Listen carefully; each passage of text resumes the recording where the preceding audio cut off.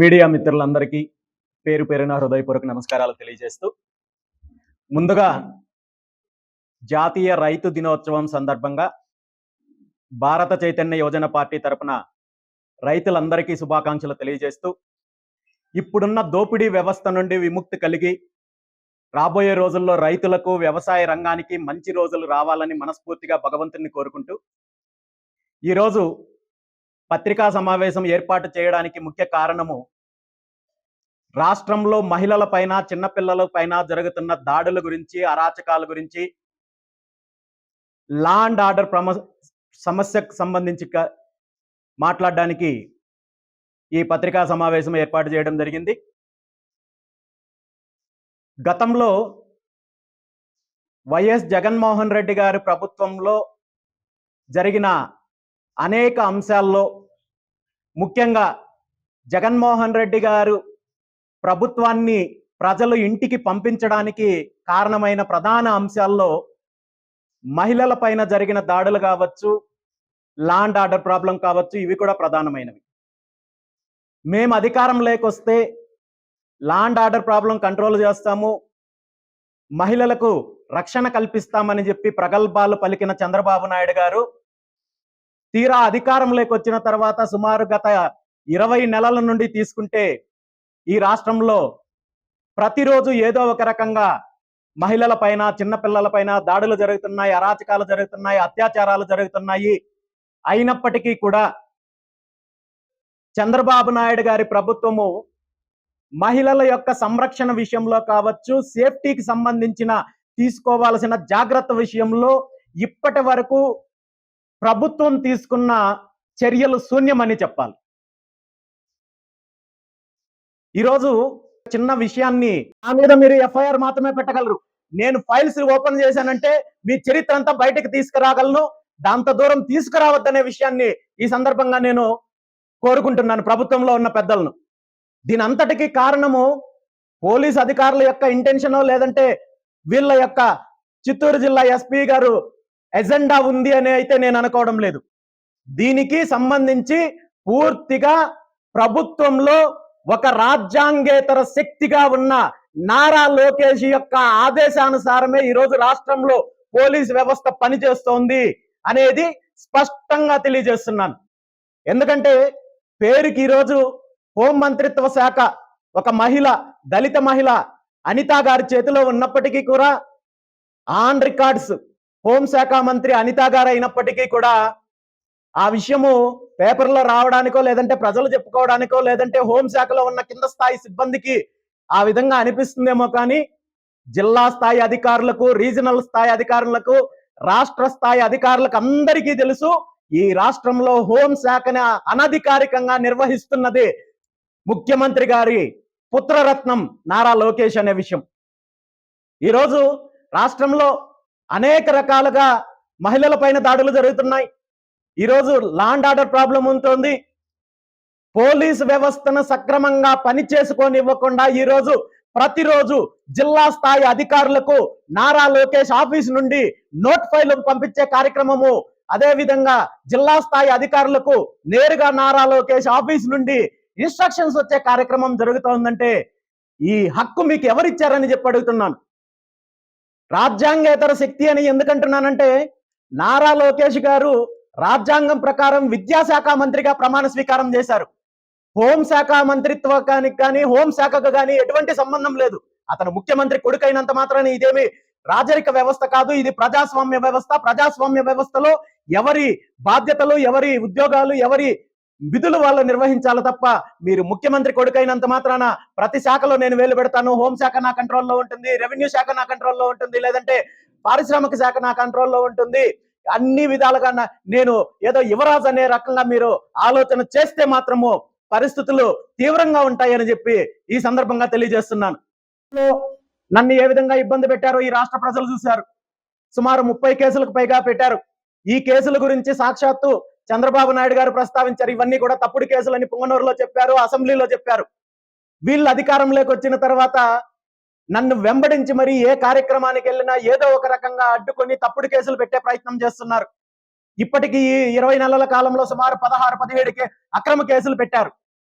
మరి వాళ్ళు పెట్టింది అక్రమ కేసులు అన్నప్పుడు మరి మీరెందుకు అక్రమ కేసులు పెడుతున్నారని చెప్పి ఈ రోజు రాష్ట్ర ప్రజలు అడుగుతున్నారు. అదే విధంగా ముఖ్యమంత్రి చంద్రబాబు నాయుడు గారిని అడుగుతున్నారు. మరి వాళ్ళు చేస్తే వ్యభిచారము, మీరు చేస్తే సంసారం ఎలా అవుతుంది? ఇద్దరు వ్యభిచారం చేసే కార్యక్రమమే చేస్తున్నారు.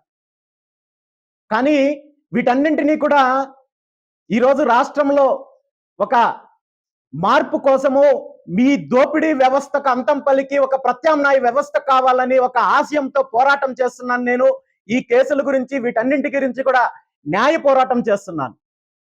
కానీ ఈరోజు మరీ దిగజారి ఈరోజు ఆడపిల్లల్ని ఇబ్బంది పెడుతుంటే వాళ్ళపైన చర్యలు తీసుకోవాల్సింది పోయి మళ్ళీ మా సిబ్బందిని వేధించే కార్యక్రమము ఎంతవరకు కరెక్ట్ అనే విషయాన్ని ఈ సందర్భంగా నేను అడుగుతున్నాను. ఈరోజు చాలా మంది పోలీసు ఉన్నతాధికారులు, రాష్ట్ర స్థాయి అధికారులు నాతో అంటున్నారు, మిమ్మల్ని పూర్తి స్థాయిలో మీ పైన నిఘా ఉంది, మీరు ఎక్కడికి వెళ్ళినా మీ మీద నిఘా ఉంటుంది అంటున్నారు. ఉంటే మంచిదే, నాకు వచ్చే ఇబ్బంది ఏమీ లేదు. నేనేం మీలాగా దోపిడీ చేయడం లేదు, అరాచకాలు చేయడం లేదు, దందాలు చేయడం లేదు, లేదంటే భూదందాలు చేయడం లేదు, లేదా అక్రమ మైనింగ్లు చేయడం లేదు, అక్రమ వ్యాపారాలు చేయడం లేదు, లేదా ఇసుక దందాలు చేయడం లేదు, లేదా మీ రహస్య మిత్రులు ఎవరైతే ఉన్నారో వాళ్ళలాగా ఎర్రచందనం దందాలు కూడా చేయడం లేదు. నా మీద నిఘా పెట్టుకుంటే పర్లేదు, నాకు వచ్చే ఇబ్బంది లేదు. కానీ మరి మీరు దిగజారి ఆడపిల్లల్ని వేధించే కార్యక్రమము, కుటుంబ సభ్యులను వేధించే కార్యక్రమం చేస్తే మాత్రము పరిస్థితులు తీవ్రంగా ఉంటాయని చెప్పి ఈ సందర్భంగా హెచ్చరిస్తున్నాను. రాష్ట్రంలో ఉన్న పోలీస్ అధికారులందరూ చెప్తున్నారు, ఏ విధంగా నారా లోకేష్ పోలీస్ వ్యవస్థను నిర్వీర్యం చేస్తున్నారో, తన అవసరాల కోసం ఏ విధంగా ఇబ్బంది పెడుతున్నారో. ఈరోజు రాష్ట్రంలో తీసుకుంటే గతంలో జరిగిన నేరాలు ఏవైతే ఉన్నాయో, గతంలో జరిగిన మహిళల పైన జరిగిన దాడులు కావచ్చు, చిన్నపిల్లల పైన జరిగిన దాడులు కావచ్చు, మిస్సింగ్ కేసులు కావచ్చు, సుమారు 3 రెట్లు పెరిగాయి అనేది ఈరోజు ప్రభుత్వ అధికారిక లెక్కలు చెప్తున్నాయి. ఈ 20 నెలల కాలంలో మీరు అధికారంలోకి వచ్చిన తర్వాత సుమారు 2892 అట్రాసిటీ కేసులు, అంటే మహిళల పైన జరిగిన దాడులు కావచ్చు, అత్యాచారాలు కావచ్చు, కేసులు రిజిస్టర్ అయితే దాని మీద కనీసం 15% కూడా ఇప్పటి వరకు చర్యలు తీసుకోలేని పరిస్థితుల్లో పోలీస్ వ్యవస్థ ఉంది.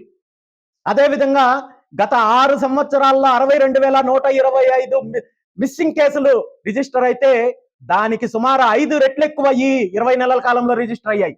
మరి మీరు ఇదే అంశాన్ని ప్రస్తావించి అధికారంలో లేనప్పుడు అధికారంలోకి వచ్చిన తర్వాత ఈ నివారణ కోసము ఈ మిస్సింగ్ కేసులు కావచ్చు, మహిళల పైన, చిన్నపిల్లల పైన జరుగుతున్న దాడులకు సంబంధించి నివారణ కోసం మీరు తీసుకున్న చర్యలు ఏంటి అని చెప్పి ఈ సందర్భంగా ముఖ్యమంత్రి చంద్రబాబు నాయుడు గారిని ప్రశ్నిస్తున్నాను. పూర్తిగా దీనికి బాధ్యత వహించాల్సింది నారా లోకేష్ గారు అనే విషయాన్ని ఈ సందర్భంగా తెలియజేస్తున్నాను. దీంతో పాటు ప్రధాన సమస్య ఈరోజు రాష్ట్రంలో లా అండ్ ఆర్డర్ ప్రాబ్లం కావచ్చు, అదేవిధంగా మహిళలు, చిన్నపిల్లల పైన జరుగుతున్న దాడులు, అత్యాచారాలు, వీటన్నింటికి ప్రధాన కారణం ఆంధ్రప్రదేశ్ రాష్ట్రంలో ఎప్పుడూ లేని విధంగా విచ్చలవిడిగా డ్రగ్స్ దందా నడవడమే దీనికి ప్రధాన కారణమని ఈ సందర్భంగా తెలియజేస్తున్నాను. ఈరోజు మార్కెట్లో చాక్లెట్లు, బిస్కెట్లు అమ్ముతున్నట్టుగా ఎక్కడ పడితే అక్కడ డ్రగ్స్ విచ్చలవిడిగా అమ్ముతూ యువతను, వారి జీవితాన్ని, భవిష్యత్తుని సర్వనాశనం చేస్తూ చిన్న చిన్న పిల్లలకు కూడా చాక్లెట్ల రూపంలోనో మరో రూపంలోనో డ్రగ్స్ అందించే కార్యక్రమం జరుగుతోందంటే దానికి 100% ప్రభుత్వంలో ఉన్న పెద్దల సహకారం ఉంది. పోలీస్ వ్యవస్థ ఉదాసీనంగా వ్యవహరించడం వల్లే ఈరోజు కాలేజీల్లో కావచ్చు, యువతకు కావచ్చు, పూర్తిగా డ్రగ్స్ అక్రమంగా సరఫరా అయ్యే కార్యక్రమం నడుస్తోంది. మరి పోలీసులకు పూర్తి స్థాయి స్వేచ్ఛ ఇచ్చినట్టయితే ఈ డ్రగ్స్ ను అరికట్టే పరిస్థితి ఉన్నప్పటికీ కూడా ఆ దిశగా అడుగులు ముందుకు వేయలేని పరిస్థితి ఈ రోజు హోంశాఖకు ఉంది. హోంశాఖను అనధికారికంగా నిర్వహిస్తున్న నారా లోకేష్ ఖచ్చితంగా దీనికి బాధ్యత తీసుకోవాలని చెప్పి ఈ సందర్భంగా తెలియజేస్తున్నాను. మామూలుగా అయితే దీని గురించి నేను మాట్లాడకూడదు అనుకున్నప్పటికీ కూడా రాష్ట్రంలో పరిస్థితులు ఎలా ఉన్నాయో, శాంతి భద్రతలు ఎలా ఉన్నాయో, పోలీస్ వ్యవస్థని ఏ విధంగా దుర్వినియోగం చేస్తోందో ప్రభుత్వము ఈ రాష్ట్రానికి, రాష్ట్ర ప్రజలకు తెలియాల్సిన అవసరం ఉంది కాబట్టి నేను ఈ విషయాన్ని ప్రస్తావిస్తున్నాను.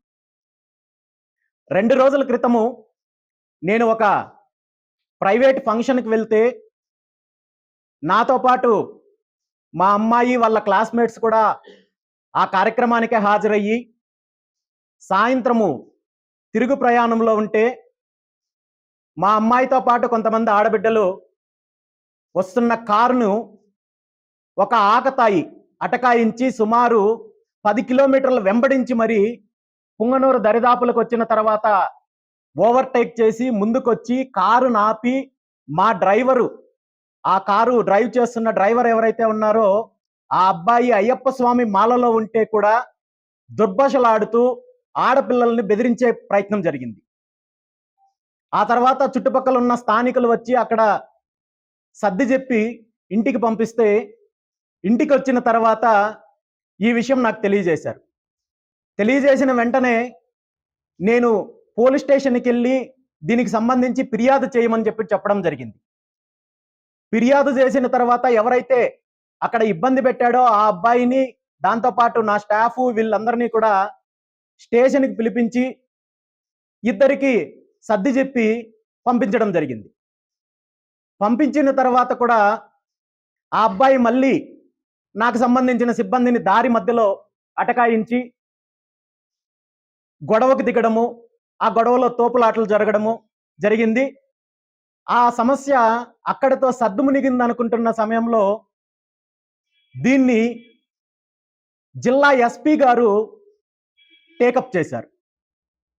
మామూలుగా అయితే ఇది రోడ్డు మీద జరిగిన గొడవ, ఒక చిన్న ట్రాఫిక్ కానిస్టేబుల్ డీల్ చేయగలిగే సమస్యని ఏకంగా చిత్తూరు జిల్లా ఎస్పీ గారు దీన్ని టేకప్ చేసి స్థానిక పోలీస్ అధికారులకు వెంటనే నా స్టాఫ్, డ్రైవరు ఎవరైతే ఉన్నారో వీళ్ళందరినీ కూడా అదుపులోకి తీసుకోవాలి, వీళ్ళ మీద చర్యలు తీసుకోవాలని చెప్పి ఆదేశాలు ఇవ్వడం జరిగింది. ఆడబిడ్డలుంటున్న కారుని వెంబడించి అడ్డగించి అక్కడ ఇబ్బంది పెట్టాలని చూసిన వ్యక్తి పైన ఎటువంటి చర్యలు తీసుకోలేదు. కనీసము వీళ్ళు ఇచ్చిన కంప్లైంట్ ని ఎఫ్ఐఆర్ రిజిస్టర్ చేయలేదు. ఆ అబ్బాయిని అరెస్ట్ చేసే ప్రయత్నం చేయలేదు. కానీ రివర్స్ లో నా సిబ్బందిని, నా డ్రైవర్ని ఇబ్బంది పెట్టే కార్యక్రమం చేశారు. మొన్న రాత్రి అంతా స్టేషన్లో ఉంచుకున్నారు.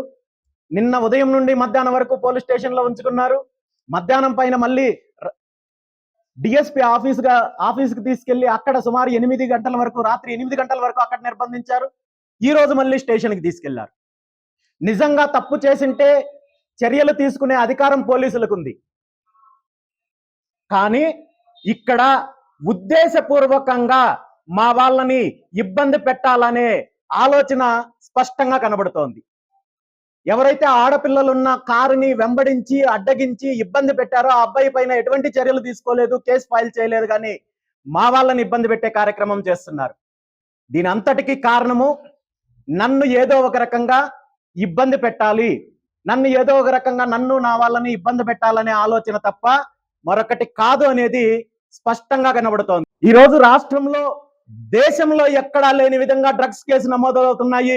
దీని మీద ప్రభుత్వము తీసుకుంటున్న చర్యలు కేవలము పేపర్ స్టేట్మెంట్లకి, నామమాత్రపు స్టేట్మెంట్లకి తప్ప దీనికి డ్రగ్స్ నివారణకు పూర్తి స్థాయిలో శాశ్వత పరిష్కారం దిశగా ఎటువంటి చర్యలు తీసుకోవడం లేదనేది అనేక సంఘటనలు తెలియజేస్తున్నాయి.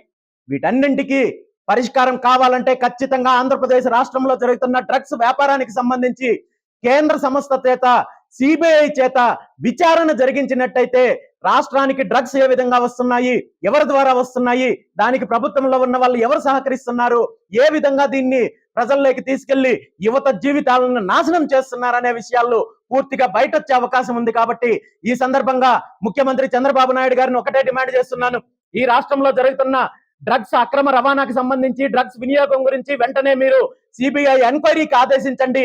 మీ తప్పు లేనట్టయితే, మీ ప్రభుత్వంలో ఉన్న పెద్దలు పాత్ర లేనట్లయితే ఖచ్చితంగా మీరు ఈ నిర్ణయం తీసుకోవాలని చెప్పి ఈ సందర్భంగా తెలియజేస్తూ, భారత చైతన్య యువజన పార్టీ తరఫున కూడా కేంద్ర ప్రభుత్వానికి ఈ అంశం పైన లేఖ రాసే కార్యక్రమం కూడా చేస్తానని చెప్పి తెలియజేస్తూ, మరొక్కసారి ముఖ్యమంత్రి చంద్రబాబు నాయుడు గారికి ఒక్కటే తెలియజేస్తున్నాను, ఇది మీ సొంత వ్యవహారమో, లేదా మీ సొంత కంపెనీనో, లేదంటే సిబిఎన్ అండ్ సన్ అనే కంపెనీనో, లేదంటే హెరిటేజ్ కంపెనీనో కాదు. ప్రభుత్వం అన్నప్పుడు ప్రజాస్వామ్యయుతంగా నడిపించగలిగినప్పుడే మీరు ప్రభుత్వాన్ని నడిపించండి.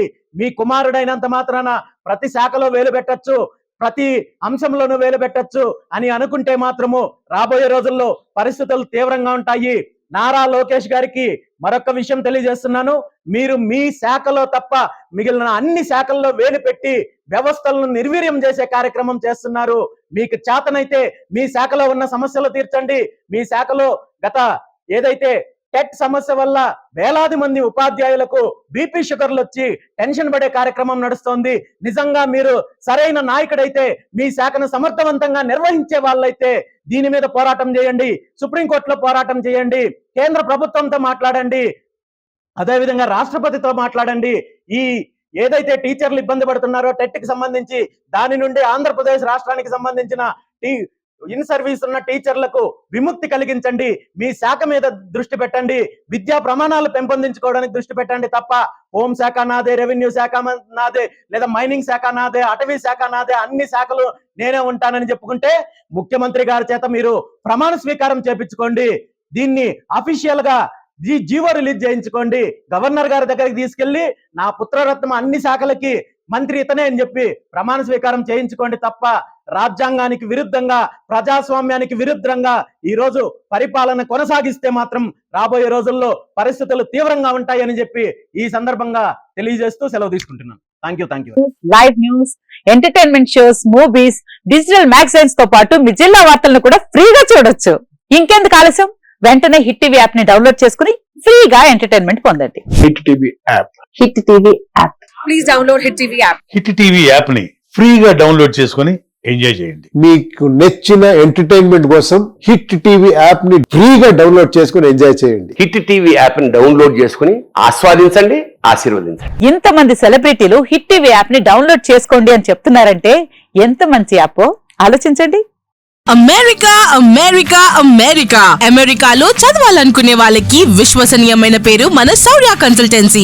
UK లో 1 year masters, UK లో 1 year masters, 2 years work permit up to 5 years visa. Contact Saurya Consultancy. Contact 89851 89851.